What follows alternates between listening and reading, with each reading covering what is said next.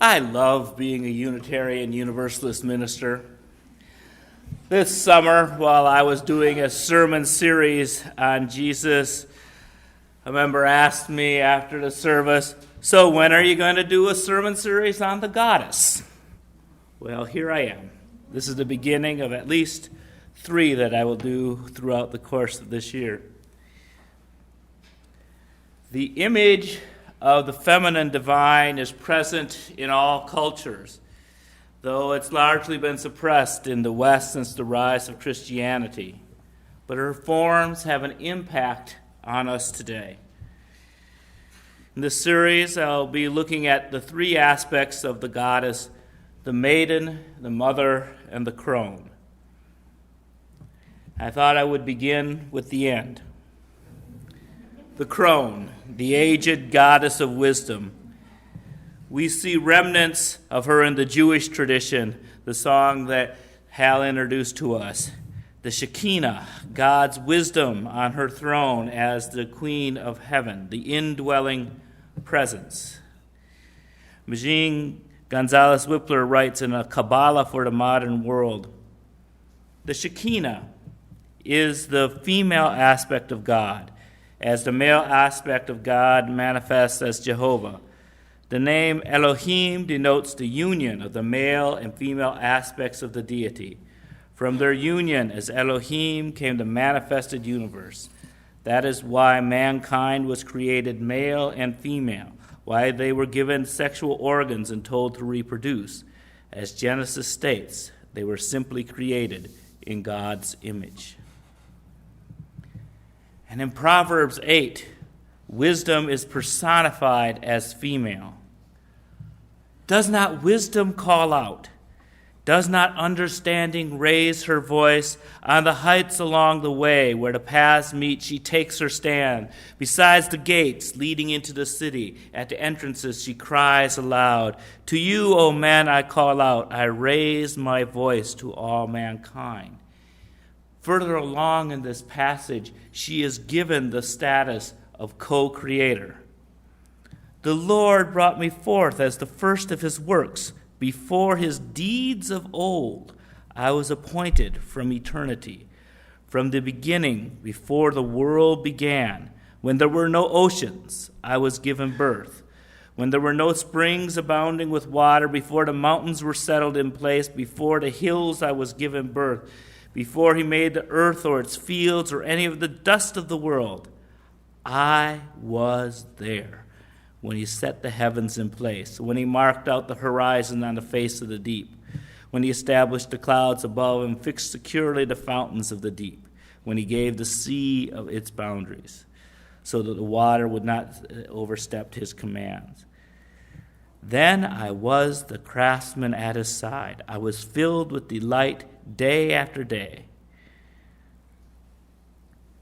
The Greek translation of the Old Testament called wisdom Sophia.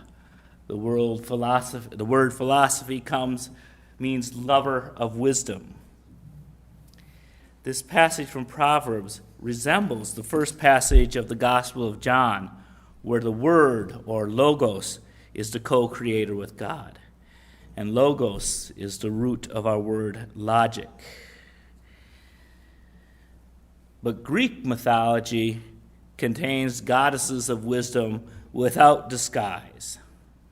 The crone represented the 3rd postmenopausal phase of women's lives, and her shrines were served by priestesses in this stage of life, because it was believed that women became very wise when they never shed the lunar wise blood, but kept it within. The crone was usually a goddess of wisdom. Athena, the goddess of wisdom, was said to have sprung fully grown from the head of Zeus. Again, that sense of being with the Hebrew notion of God's wisdom. Her symbol was the owl, a symbol of wisdom to this day. Athena's wisdom was often called on for developing the tools of war, and her wisdom was used to defend the city of Athens. Her Roman equivalent is Minerva, usually depicted wearing a coat of mail and a helmet and carrying a spear. and the spoils of war were dedicated to her, but she was also associated with the arts. Now, the Hindu goddess of wisdom is not associated with violence, but is also said to have sprung from the head of a god, just as Athena. But her relationship to the Creator is similar to that Hebrew concept of Shekinah. Listen to the story of the birth of Saraswati. In the beginning, there was chaos. Everything existed in a formless, fluid state. How do I bring order to this disorder? Wondered Brahma, the Creator. With knowledge, said Devi.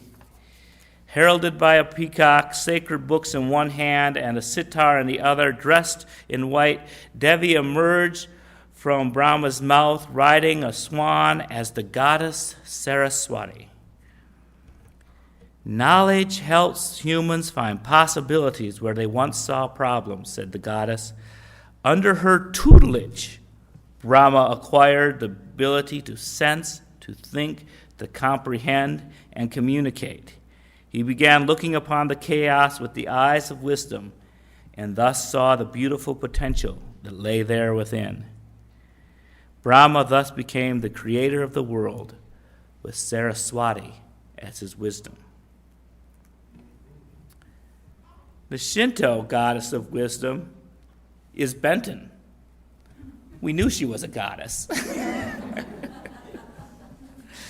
A goddess of love, the arts, wisdom, poetry, good fortune, and water. Originally a sea deity, she became the patroness of the arts. She is seen as a beautiful woman riding a dragon. In her 8 hands, she holds a sword, a jewel, a bow and arrow, a wheel, and a key. And her other 2 arms are folded in prayer. The presence of a bow and arrow also suggests that Benton is a strong defender. I remember this Benton telling me not to write off the South as a place to do ministry about 10, 12 years ago.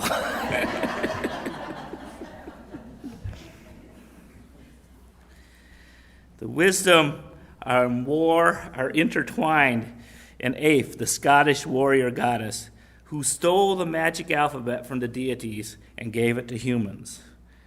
For this act, she was turned into a crane. Her warring prowess was specifically used to bring wisdom to humanity.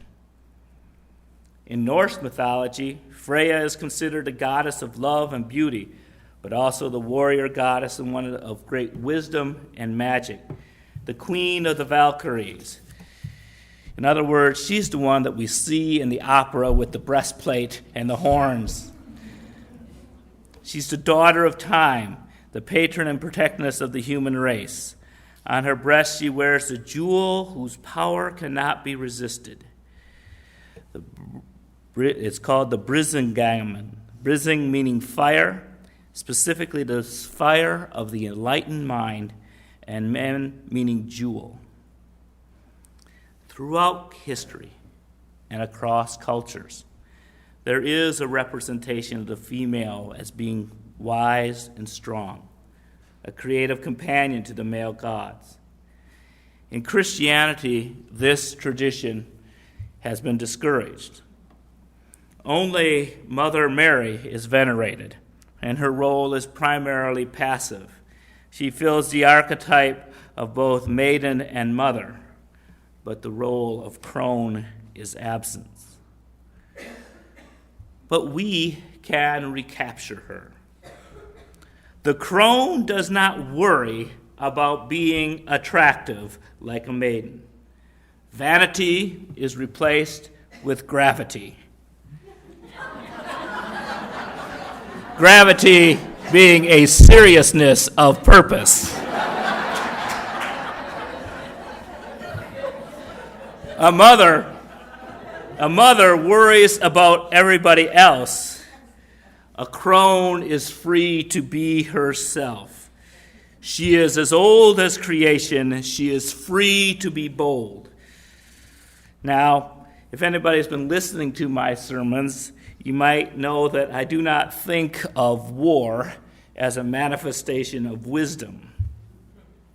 But oftentimes in this world, the mere standing up for oneself is perceived as an act of war. A mother who protests losing her son in the war does not care if she gets arrested at a political rally. The crone is audacious. After years of accommodation, she has lost her patience. A wise warrior has many weapons, the spear and the bow, but maybe even more powerful are language and the arts. Hold on to wisdom like a jewel. Defend the weak by living your truth. Think about what is eternal in you. What is the ancient wisdom of the universe, and find a way to participate in it. Be strong. Know what you know with confidence. In a UU church, there was a women's meeting in the 19th century. And a famous crone was invited, and she spoke. She was not a UU, but I know that there are many UUs who resonate with her words. Sojourner Truth said at that women's caucus, "That man over there say a woman needs to be helped into carriages and lifted over ditches and have the best place everywhere. Nobody ever helped me into carriages or over mud puddles or gives me the best place. And ain't I a woman? Look at me. Look at my arm. I have plowed and planted and gathered in barns, and no man could head me. And ain't I a woman? I could work as much and eat as much as a man when I could get to it, and bear the lash as well. And ain't I a woman? I have borne 13 children and seen most all sold into slavery. When I cried out a mother's grief, none but Jesus heard me. And ain't I a woman? That little man in black there say a woman can't have as much rights as a man because Christ wasn't a woman. Well, where did your Christ come from? From God and a woman. Man had nothing to do with him. And if the first woman God ever made was strong enough to turn the world upside down all alone, together, women ought to be able to turn it right side up again. Let us celebrate the crone and embrace her whenever we can.